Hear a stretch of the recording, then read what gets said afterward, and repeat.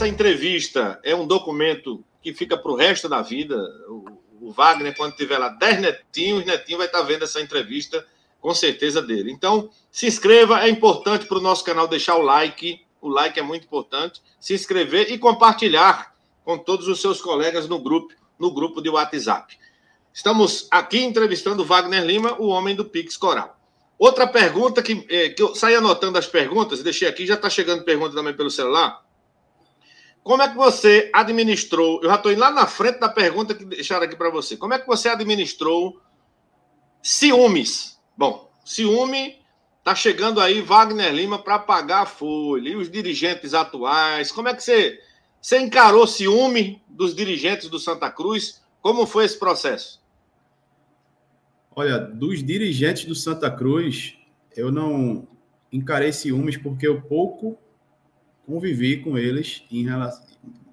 dialoguei, né? Foram poucos os momentos, foram pontuais e eram situações muito específicas e não muito secas assim. Então, não posso afirmar em relação a dirigente, mas, infelizmente, dentro do clube, movimentos políticos que existem dentro do clube, que eu vi isso muito nitidamente depois desse projeto, que são movimentos políticos que algumas pessoas que estão inseridas neles não colocam o Santa Cruz em primeiro plano para opinar, para ter suas ideias. As pessoas se preocupam primeiro com os seus egos, com seus interesses, com as suas vaidades, e depois com Santa Cruz. Então, isso é uma realidade, infelizmente. Isso é uma realidade, infelizmente. Eu acho que deve acontecer também em outros clubes. Mas senti, claro. E sinto até hoje. Sinto até hoje esse tipo de comportamento em relação à minha pessoa. Né? Eu sinto até hoje isso, cara. Isso muito e aí surgiu real. Eu não posso ter demagogia de dizer que não. E aí surge aquela história. Ele está com pretensão política no clube. Eu vi muito isso. E aí, para ir no Santa Cruz depois, você já sentiu a galera olhando você meio de lado ou não? Ah, quer ser presidente, quer ser diretor, Sim. Quer ser isso ou não? Sim. Essa palavra pretensão, se a gente for no sentido literal, é o seguinte, é você fazer algo, né, já pensando em obter algum outro tipo de coisa. Isso é pretensão, né? Quando eu pensei no Pix Coral lá atrás, eu nunca tive pretensão política dentro do clube. Quando eu executei o Pix Coral agora, há poucos meses atrás, eu nunca tive pretensão política dentro do clube. Todo o início da campanha do Pix Coral, eu nunca tive pretensão política dentro do clube. Né? Nunca. Agora, assim como tudo nessa vida, a gente vivencia experiências, situações que servem de aprendizado, que servem de estímulo, que servem de motivação, que servem de desmotivação. E, assim como tudo na vida, a gente analisa e verifica se a gente tem essa vontade, se a gente não tem essa vontade. E hoje eu tenho um amigo meu que ele diz uma coisa para mim, repetidas vezes, que é o seguinte, ele diz: não adianta você dizer que não. O Santa Cruz, ele vai... Então, assim como tudo na vida, a gente vai tendo novas experiências, vivenciando situações, conhecendo pessoas, se relacionando. As relações interpessoais, elas servem de aprendizado. Há uma diferença entre informação e conhecimento. A gente vai tendo valor agregado em cima daquela relação. Às vezes você vive 20 anos dentro de um contexto e esses 20 anos eles não são muito intensos. E às vezes a gente vive um ano e o aprendizado, a experiência que se constrói dentro daquele tempo mais curto é muito mais rica, né? Digamos assim. Então, esses meses esses últimos meses da minha vida têm sido muito, muito interessantes. Eu tenho vivenciado hoje mesmo, eu tive uma reunião importante com uma das lideranças do clube, e isso tudo vem me me levando, como meu amigo diz, ele diz, não adianta tu dizer que não vai, porque o Santa Cruz ele vai te levar uma hora ou outra, isso vai acontecer. Eu até concordo com essa ideia de uma hora ou outra, mas eu acho que para tudo na vida deve existir planejamento, e agora eu não acho mais, isso que eu vou dizer agora, eu tenho certeza, a pessoa para assumir um cargo de liderança no Santa Cruz, ela precisa ter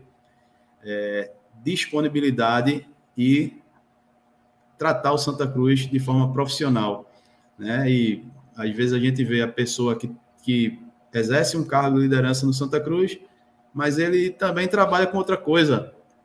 Ele tem uma outra função profissional em algum outro local.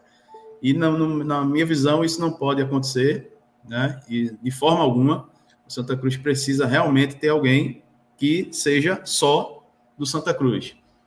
E a maneira de como fazer isso, eu acabei de falar na explicação das suas primeiras perguntas lá, na pergunta do Salvino, aqui nessa live, quando ele perguntou qual seria o formato que eu achava que deveria ser o mais adequado. Então, dá para fazer. Ô Wagner, as gestões do Santa Cruz, é muito importante saber a sua opinião, antes da gente liberar o chat. O assunto é Pix Coral, viu, galera? Mas pode colaborar no Pix aqui do canal também, viu? Olha, 5%. Eu vou fazer o meu, vê se depois tu manda lá. Ô, Wagner, 5% do Pix Coral do meio já tá para comprar o cenário todo novo aqui Não, mas seu canal, depois que começar a monetizar, né, já vai... Você tem força aqui no estado, seu nome é muito forte. Né? E se Deus quiser, vai ser um sucesso aí, não tenho dúvida disso. Vai nem precisar pedir Pix mais. Ah, claro. Mas a gente vai deixar um QR Code aqui para tranquilizar a galera. Então, o Pix é o seguinte, galera: o elaraújo@hotmail.com, você colabora com qualquer valor para o nosso canal. Joaquim Bezerra, a gestão de Joaquim Bezerra e a gestão de Antônio Luiz Neto. Qual a tua visão dessas duas gestões que são rivais e gerou uma divisão gigante no Santa Cruz? E toda a divisão de clube de futebol, eu estou trabalhando aqui em Recife há 30 anos, toda divisão derruba clube. Eu não conheço uma divisão de política que não acabe com o clube. O Santa Cruz está aí, o Sport já teve mais, mas ainda tem muita divisão, está sem aquela liderança. O Náutico está dividido, independente dos títulos que ganhou, mas o Santa está carregado, Wagner. Eu estou errado. A divisão, ela está entre os grupos que apoiaram esses nomes, né? Porque se a gente pegar esses dois nomes, eu duvido muito que o ímpeto de rivalidade que você acaba de pontuar seja o mesmo desses grupos. Duvido muito. Até a gente pode tornar isso muito fácil de entender se a gente observar a última ação de Joaquim, que foi conduzir Antônio Luiz Neto de volta para o clube. Então, a gente não pode diagnosticar como sendo gestões rivais, mas sim os grupos, as outras pessoas que estão inseridas e são encabeçadas por essas duas outras pessoas, sim.